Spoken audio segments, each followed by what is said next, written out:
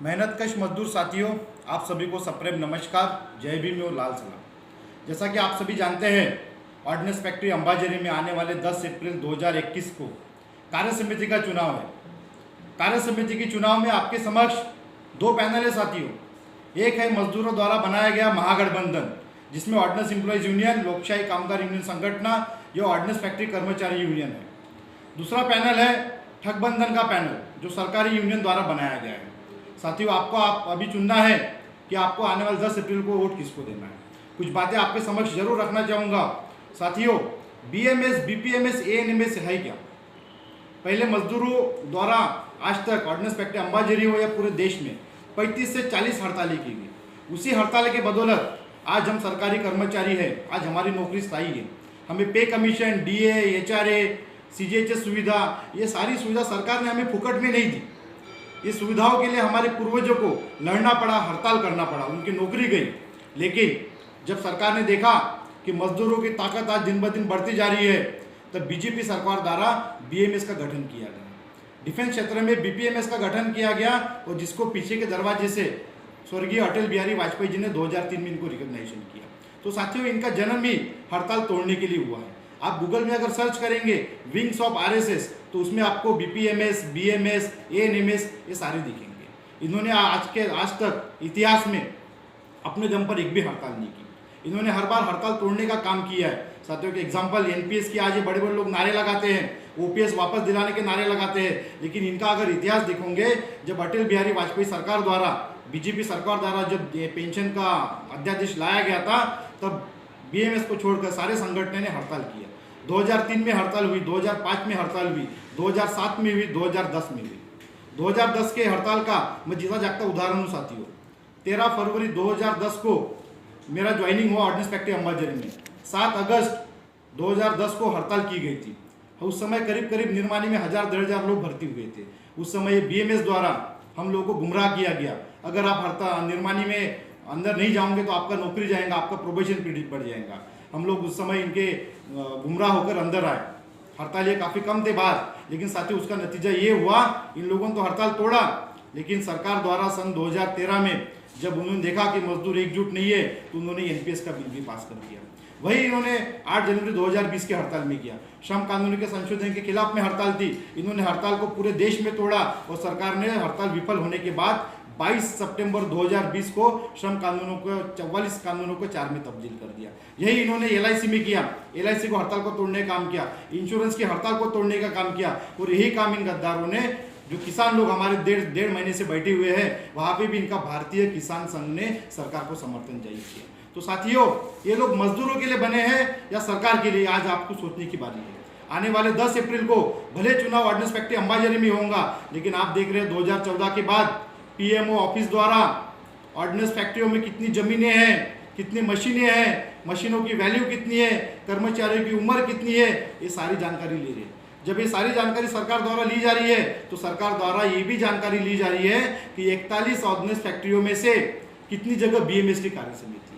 BMS की कार्य समिति मतलब कहीं ना कहीं सरकार को समर्थन, मतलब निगमीकरण को समर्थन करके। आज साथियों, आप कहीं भी फोन ला के पूछ लीजिए, 41 ऑर्डिनेंस फैक्ट्रियों में से जहाँ भी 4-5 जगह ही थी, लेकिन जहाँ बीएमएस की कार्य समिति थी, आज मजदूरों ने उनका सूत्रा साफ किया है। और सरकार को गली से लेकर दिल्ली तक मैसेज दिया है कि जो मजदूरों के हितैषी काम नहीं करेंगे, जो हड़ताल को तोड़ेंगे, उनके साथ में आज मजदूर खड़ा रहने वाला नहीं है करके। साथियों, अन्य निर्माणियों में इनके फॉलोवर, इनके बेल्ट पहनने वाले लोग भी आज इनके सामने जरूर घूमते हैं, लेकिन जब वोट करने की बारी आती है, तो वो भी उनको अपना परिवार का भविष्य दिखता है। और वोट वो मजदूरों के हितों से जो काम करता है, जो हड़ताल करता है, उनको वोट करते हैं। साथियों, इसी के साथ साथ बीएमएस द्वारा बोला जाता है कि महागठबंधन कार्य समिति ने 2 साल तक कुछ नहीं किया। साथियों, लोकल विषय हो या नेशनल विषय हो, हम इसके लिए हर चीज़ के समर्थन, हम लोग समर्थ हैं। जिसके लिए हमने 13 मार्च 2021 को एक पत्र आप सभी के बीच में बांटा है। उसमें 55 से 60 काम आपके महागठबंधन कार्य समिति ने किया है। क्या बीएमएस वाले ने उस पत्र का आज तक खंडन किया? नहीं किया, और कर भी नहीं सकते, क्योंकि जो 55 से 60 काम जो पिछले इनके 6 साल के कार्य समिति में नहीं हुए थे, वो हमने 2 साल में करके दिखाया। कुछ काम आपके समक्ष जरूर गिनाना चाहूँगा साथियों। हमारे निर्माणी में आज सारे कर्मचारियों के पास एंड्रॉयड मोबाइल है। पहले कर्मचारियों को अपनी लीव डिटेल्स हो, सर्कुलर हो, देखने के लिए ऑफिस में बाबू के पीछे लगना पड़ता था। बाबूजी 2 मिनट कंप्यूटर खोलिए, मेरा लीव डिटेल्स दिखाइए। लेकिन महागठबंधन कार्य समिति ने साथियों स्वयं आपकी स्थापना ऑर्डिनेंस फैक्ट्री अंबाझरी में की। 41 आयुध निर्माणियों में कहीं भी स्वयं आपने ये हमने अंबाझरी में शुरू किया। साथियों इसी के साथ साथ हमारे एनपीएस में कर्मचारी जो है, अगर इनकी या हमारे पुराने कर्मचारी की किसी की आकस्मिक मृत्यु होती है तो इनके कार्यकाल में सन 2014 से उनके परिवार वालों को रोजगार नहीं मिला था। महागठबंधन कार्य समिति आते ही हमने 80 से 100 लोगों को रोजगार देने का काम किया। अनुकंपा आधार पर जो भर्ती बंद हुई थी उसे चालू करने का काम किया। साथियों एनपीएस में होने के कारण अगर किसी कर्मचारी की आकस्मिक मृत्यु होती है तो बीएमएस के कार्यकाल में उनके परिवार को मृत्यु उपरांत मात्र 8,000 रुपये दिए जाते थे। साथियों 8,000 में आज किसी का 1 महीने का राशन भी नहीं आता। लेकिन महागठबंधन कार्य समिति ने जब इस बात को देखा कि एनपीएस कर्मचारी की मृत्यु होने के बाद उसके परिवार को पेंशन मिलने के लिए और ग्रेच्युटी मिलने के लिए 7 से 8 महीने का समय लगता है, क्योंकि हम एनपीएस में है, हमारा फाइल एनएसडीएल जाएगा, ऑर्डिनेंस फैक्ट्री बोर्ड जाएगा, फिर ऑर्डिनेंस फैक्ट्री अंबाझरी में आएगा। तो इतने समय तो उसका परिवार करेगा क्या? तो इस चीज़ को ध्यान में रखते हुए जो इनके कार्यकाल में डीबीएफ में डेथ होने के बाद जो 8,000 मिलते थे उसे 1 लाख करने का काम आपके महागठबंधन कार्य समिति ने किया। उसी तरह 41 ऑर्डिनेंस फैक्ट्रियों में कहीं भी ओबीसी कर्मचारियों के लिए सेल नहीं है, लेकिन ऑर्डिनेंस फैक्ट्री अंबाझरी में आपके महागठबंधन कार्य समिति ने ओबीसी कर्मचारियों की ग्रीवेंस दूर करने के लिए ओबीसी सेल बनाने का काम किया, जिसका एक उदाहरण के माध्यम से बताना चाहूँगा। एक हमारे शेलफोर जेमिंग पे कर्मचारी थे जिनका परफॉर्मेंस रिपोर्ट वहाँ के जेडब्ल्यू ने खराब कर दिया था। जब हमारे संज्ञान में ये बात आई हम उनके पास गए, हमने उनको कहा क्या कर्मचारी काम नहीं करता, क्या आपने कोई शोकॉज नोटिस दिया है?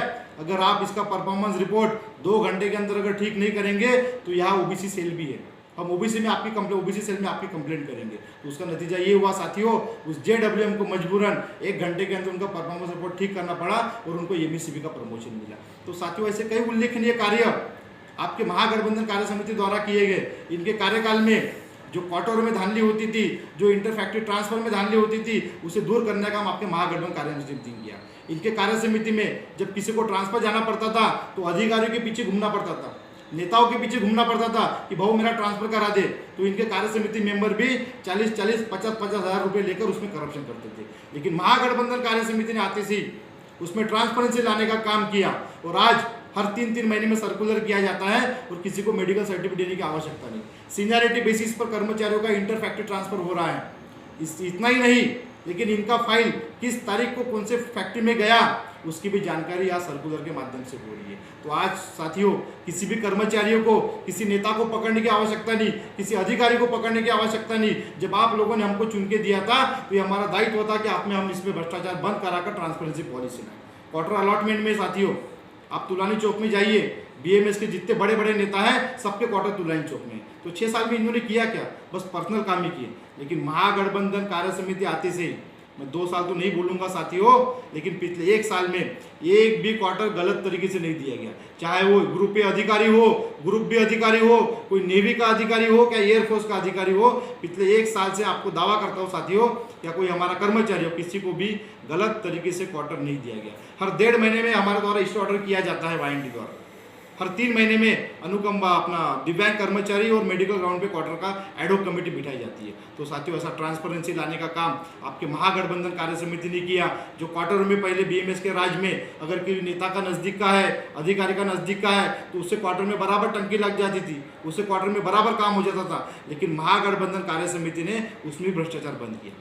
हमारे कार्यकाल में अप्रोच रोड हो, वायरिंग हो, या जो भी काम किए गए, किसी को भी गलत तरीके से क्वार्टर में काम नहीं किया गया। सीरियल नंबर वाइज हमने पूरे स्टेट में काम करवाए साथियों। तो ऐसे कई ऐतिहासिक कार्य 55 से 60 कार्य आपके महागठबंधन कार्य समिति द्वारा किए गए करके साथियों आने वाले 10 अप्रैल को लोकल लेवल पे भी हम लोग समर्थ हैं, नेशनल लेवल पे हड़ताल से भी हम लोग भागते नहीं है बीएमएस समान।